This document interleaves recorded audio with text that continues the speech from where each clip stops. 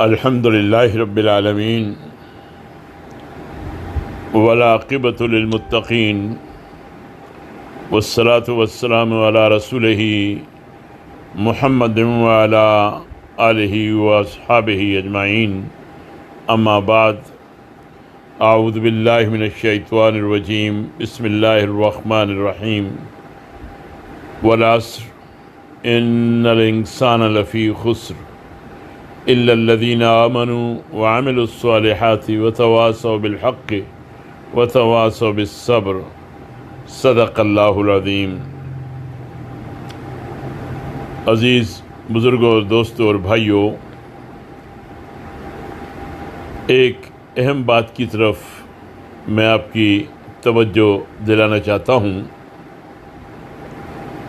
آپ کی زندگی میں ہزار کوتاہیاں سہی، لیکن اسلام بہرحال آپ کو دنیا کی ہر چیز سے زیادہ عزیز ہے، اور آپ کو بجا طور پر فخر ہے کہ آپ مسلمان ہیں۔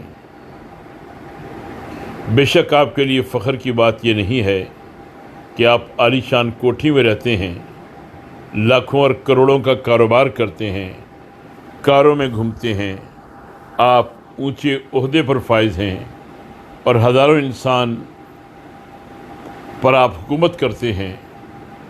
فخر کی بات یہ بھی نہیں ہے کہ آپ عالمی شہرت کے مالک ہیں اور ہر جگہ آپ کی رسائی ہے۔ فخر کی بات اگر ہے تو صرف یہ کہ اللہ نے آپ کو اسلام کی دولت سے نوازا ہے اور آپ مسلمان ہیں۔ کیا آپ نے کبھی یہ سوچا کہ جب آپ مسلمان ہونے کا اقرار کرتے ہیں تو دراصل آپ یہ دعویٰ کرتے ہیں کہ میں اسلام کا نمائندہ ہوں اور میری زندگی اسلام کی ترجمان ہے۔ آپ کو اپنی اس حیثیت کا احساس ہو یا نہ ہو، بہرحال یہ حقیقت ہے کہ ہر مسلمان، چاہے وہ سرمایہ دار ہو یا مزدور، عرب کا رہنے والا ہو یا عجم کا، صاحب علم ہو یا ان پڑھ، کالا ہو یا گورا، عربی بولتا ہو یا دنیا کی کوئی دوسری زبان، جب وہ مسلمان ہے تو اسلام کا نمائندہ ہے۔ آپ اسلام کے نمائندے ہیں۔ آپ کی زندگی صحیح یا غلط اسلام کی ترجمانی کر رہی ہے، اور آپ اللہ کی راہ میں بیٹھ کر اللہ کے بندوں کو یا تو اللہ کی طرف بلا رہے ہیں یا اللہ کی راہ سے روک رہے ہیں۔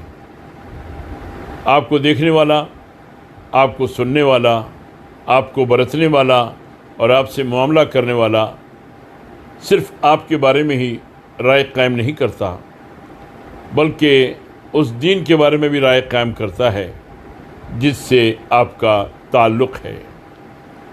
آپ کی گفتگو، آپ کا طرز عمل، آپ کا سلوک، آپ کا لین دین، آپ کا طرز رہائش، آپ کا کھانا پینا، غرض آپ کی کوئی چھوٹی سی چھوٹی بات ایسی نہیں ہے جس کو دیکھ کر لوگ اسلام کے بارے میں کوئی رائے قائم نہ کرتے ہوں۔ چھوڑیے اس بحث کو کہ پچھلی صدیوں کے مسلمانوں نے کیا طرز عمل اختیار کیا اور اپنی اس حیثیت کا کہاں تک پاس و لحاظ رکھا۔ اسے بھی چھوڑیے کہ خود آپ کے ملک میں 700 سال عزت و عظمت کی زندگی گزارنے والوں نے اسلام کی نمائندگی کس طرح کی۔ اسے بھی جانے دیجیے کہ خود آپ کے باپ دادا کی زندگیاں کس طرح اسلام کی نمائندگی کرتی رہی ہیں۔ اللہ ان کی کوتاہیوں سے درگزر فرمائے۔ آپ ان کے حساب کتاب کی ذمہ داری اپنے سر نہ لیں۔ وہ اپنے رب کے پاس پہنچ چکے، ان کا حساب چکانے کے لیے ان کا رب کافی ہے۔ نہ وہ بھٹکتا ہے اور نہ وہ بھولتا ہے۔ آپ تو اپنی فکر کیجئے کہ آپ کس طرح اسلام کی نمائندگی کر رہے ہیں اور آپ کی زندگی سے اسلام کی کیا ترجمانی ہو رہی ہے۔ اگر آپ نے اب تک اس طرح نہیں سوچا تھا اور لاابالی زندگی ہی گزارتے رہے تو ذرا غم نہ کیجیے اور مایوسی کو قریب نہ پٹکنے دیجیے۔ آپ کا معاملہ جس عظیم اللہ سے ہے وہ کبھی اپنے پیارے بندوں کو مایوس نہیں کرتا۔ آپ کا اللہ کبھی آپ کو اپنی رحمت سے مایوس نہ کرے گا۔ وہ آپ کو اپنی رحمت کے سائے میں لینے اور زندگی بھر کی کوتاہیوں کو معاف کرنے کے لیے خود آپ کو آواز دے رہا ہے، بشرطے کہ آپ سننا چاہیں۔ قل یا عبادی الذین اسرفوا علی انفسہم لا تقنطوا من رحمت اللہ ان اللہ یغفر الذنوب جمیعا انہ هو الغفور الرحیم۔ اے رسول صلی اللہ علیہ وسلم کہہ دیجئے کہ اے میرے بندو، جنہوں نے اپنی جانوں پر زیادتی کی ہے، اللہ کی رحمت سے مایوس نہ ہو جاؤ۔ یقیناً اللہ سارے گناہ معاف کر دیتا ہے، وہ نہایت بخشنے والا اور انتہائی رحم کرنے والا ہے۔ اگر آپ کو یقین ہے کہ یہ اللہ ہی کی آواز ہے اور اللہ ہی آپ کو پکار رہا ہے تو مایوسی کا کیا سوال؟ مایوس تو وہ ہوں جن کو اللہ پر یقین نہ ہو، اس کتاب پر یقین نہ ہو اور کتاب لانے والے پر یقین نہ ہو۔ جنہیں یقین کی یہ دولت حاصل ہے، ان کے پاس مایوسی کا کیا گزر۔ سورہ یوسف میں ارشاد باری ہے، اِنَّهُ لَا يَيْأَسُ مِن رَّوْحِ اللَّهِ إِلَّا الْقَوْمُ الْكَافِرُونَ۔ اللہ کی رحمت سے تو وہی مایوس ہوتے ہیں جو اس پر یقین نہیں رکھتے۔ جو کچھ ہو چکا ہو چکا، زندگی کے جو دن برے یا بھلے بیت گئے۔ ماضی کے جنازے پر بیٹھ کر آنسو بہانے اور بین کرنے سے کیا حاصل؟ ہوش کی آنکھیں کھولیے، زندگی کے جو لمحات باقی ہیں ان کی فکر کیجیے، مستقبل پر نظریں جما کر اسے تابناک بنانے میں لگ جائیے۔ جو کچھ ہو چکا اس پر آپ کا کوئی قابو نہیں، لیکن جو کچھ آگے ہونے والا ہے وہ آپ کے اختیار میں ہے۔ آپ کی نیکی کا جو بھی قدم آپ اٹھائیں گے، اللہ آپ کو ہرگز مایوس نہ کرے گا۔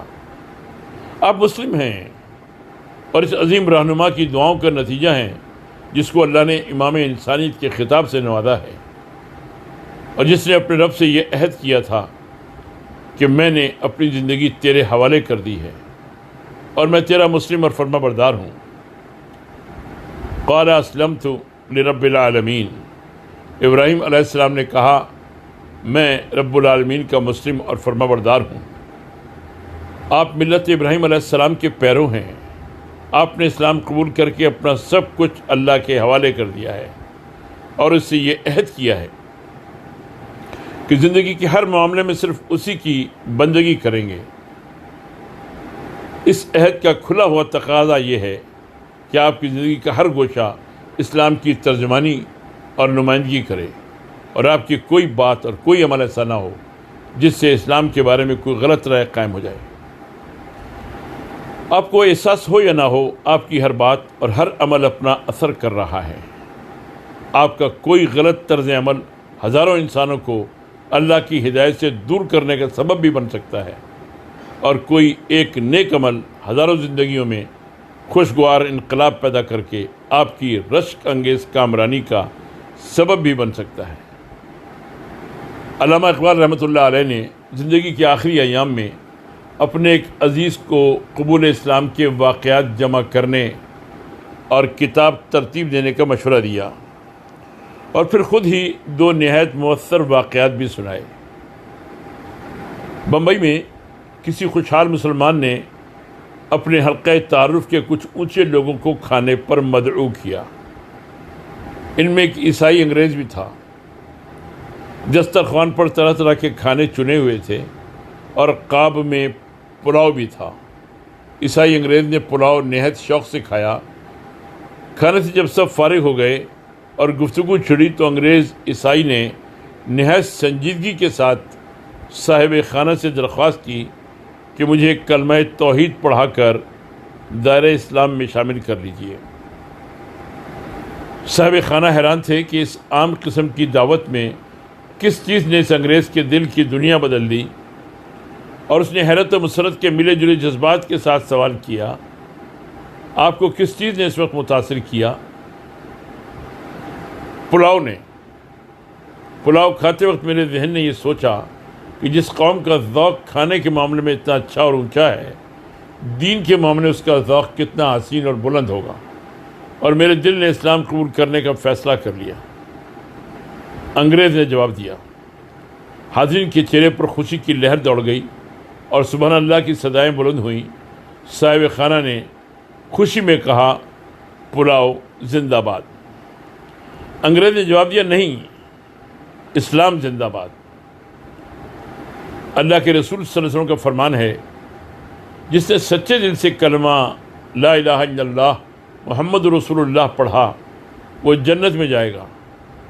اور یہ بھی آپ صلی اللہ علیہ وسلم کا فرمان ہے کہ بھلائی کی طرف متوجہ کرنے والے کو ان تمام انسانوں کے برابر اجر و انعام ملے گا جو قیامت تک اس بھلائی کو اختیار کرتے رہیں گے۔ کلمہ پڑھنے والا اگر جنت کا مستحق ہے تو اللہ کے فضل و کرم سے یہی توقع ہے کہ کلمہ پڑھنے کا سبب بننے والا بھی جنت کا مستحق قرار پائے گا۔ دراصل آپ کی زندگی کی ایک ایک چیز دوسروں پر اچھا یا برا اثر ڈال رہی ہے۔ آپ کی گفتگو، آپ کا سلوک، آپ کا لین دین، آپ کے معاملات، آپ کی نشست و برخاست، آپ کا رہن سہن، حد یہ کہ آپ کا دسترخوان بھی اچھا یا برا اثر ڈال رہا ہے۔ کتنے خوش نصیب ہیں اللہ کے وہ بندے جن کو اس حقیقت کا شعور بھی ہے اور جو اپنی زندگی کی ایک ایک حرکت پر اس پہلو سے نگاہ رکھتے ہیں کہ اللہ کے بندے اس سے کیا اثر قبول کر رہے ہیں اور اسلام کے بارے میں ان کی رائے کیا بن رہی ہے۔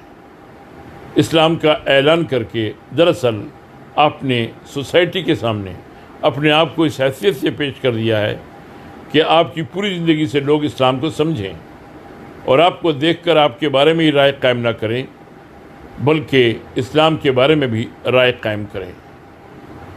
اسلام انہی لوگوں کا دین نہیں ہے جو عالم، فاضل، لیڈر، پیشوا اور پیر و مرشد ہیں۔ نہیں، یہ صرف ان لوگوں کا دین ہے جو جماعت بن کر دعوت و تبلیغ کا کام کرتے ہیں۔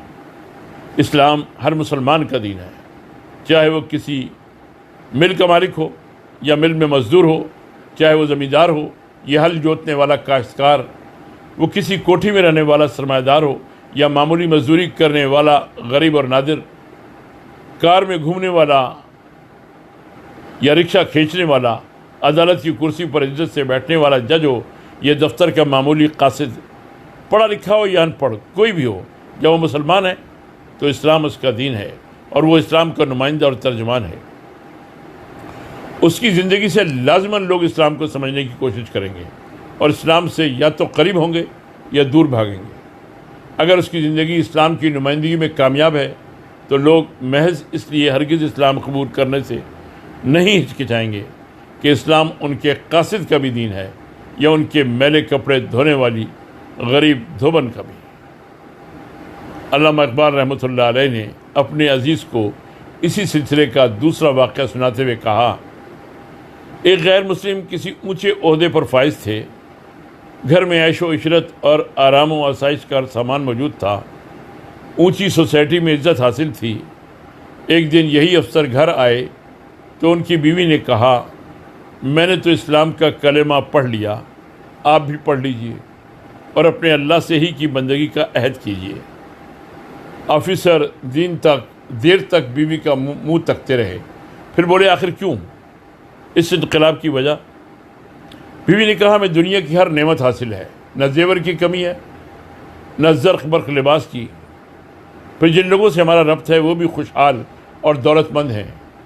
میں جس تقریب میں بھی گئی بے فکری کے قہقہے سنے، زرق برق لباس دیکھے، سونے کے زیور دیکھے، عیش کے نغمے سنے، لیکن یہ عجیب و غریب بات ہے کہ پھٹے کپڑوں اور ٹوٹی چپلوں میں آنے والی غریب دھوبن کی زندگی میں جو اطمینان، جو سکون اور خوشی میں نے دیکھی وہ مجھے کہیں دیکھنے کو نہیں ملی۔ میں اس سے اس کی پریشان حالی کی بات کرتی ہوں اور وہ نہایت اطمینان کے ساتھ مسکرا کر جواب دیتی ہے، اللہ مالک ہے، اس کا بڑا شکر ہے، وہ بڑا مہربان ہے، اس کے شکر کا حق ادا نہیں ہوتا۔ بی کوئی فکر کی بات نہیں، سب کا اللہ مالک ہے۔ اور میں سوچنے لگتی ہوں کہ جو خوشی اور اطمینان اس غریب اور خستہ حال دھوبن کو حاصل ہے، دنیا کی ہر چیز ہوتے ہوئے بھی مجھے وہ حاصل نہیں ہے۔ ضرور یہ اس کے دین کی برکت ہے اور اس کا دین واقعی اللہ کا سچا دین ہے۔ اسی لیے میں نے اپنے اللہ کا کلمہ پڑھا اور اس پر ایمان لے آئی، آپ بھی اپنے اللہ کا کلمہ پڑھیں اور اس پر ایمان لے آئیں۔ آپ نے دیکھا پھٹے پرانے کپڑے پہننے والی ایک غریب دھوبن بھی کوٹھیوں میں رہنے والیوں کو اسلام کی دولت سے مالا مال کر سکتی ہے۔ اسلام اللہ کا دین ہے، اس میں بڑی کشش ہے، بے پناہ تاثیر ہے اور جذب کرنے کی غیر معمولی قوت ہے۔ سوچئے کہ آپ کس طرح اسلام کی نمائندگی کا حق ادا کر رہے ہیں اور آپ کی زندگی سے اسلام کی کیا ترجمانی ہو رہی ہے۔ وما علینا الا البلاغ۔